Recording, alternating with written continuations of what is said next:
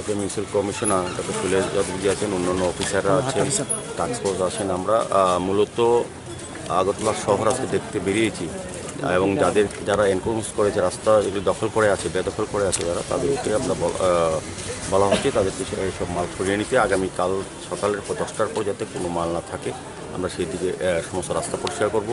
আমরা শহরবাসীকে কথা দিয়েছিলাম যে আমাদের পৌর নিগম গঠন করলে আমরা যানজট মুক্ত করব, শহরকে পরিচ্ছন্ন রাখব এবং শহরের মানুষের স্বাচ্ছন্দ্যে চলাফেরা করতে পারে সেদিকে আমরা লক্ষ্য করব। বিশেষ করে আজকে আমি হকার্স কর্নার ভিতরে আমরা ঢুকেছি, আমার কাছে অবাক লেগেছে যারা ব্যবসায়ীরা আছেন তারা নিজেরা ব্যবসার জন্য নিজেদের নিরাপত্তার কথা চিন্তা ভাবছেন না। আজকে যদি কোনো ফায়ার অ্যাক্সিডেন্ট হয় একটা দোকানও বাঁচবে না, এখানে কোথায় কীভাবে ফায়ার ব্রিগেড ঢুকবে, ঢোকার সুযোগ নেই, একটা অ্যাম্বুলেন্স ঢোকার সুযোগ, কেউ কোনো ব্যবসায়ী অসুস্থ হলে তাকে হসপিটাল নিয়ে যাওয়ার জন্য, চিকিৎসা করার জন্য কিন্তু নেওয়া সম্ভব হবে না। তো আমরা 3 দিন আমি কমিশনার সাহেবকে বলেছি 3 দিন নোটিশ দেওয়া হবে। 3 দিনের পর রাস্তার বাইরে যেগুলি ওনাদের শাটার যেগুলি আছে তার বাইরে যতগুলি এক সময় যা বাইরে যে কাজগুলো তারা করেছেন সবগুলি কিন্তু ভেঙে নিতে হবে। নিজেরা না ভাঙলে আমরা ভেঙে দেবো।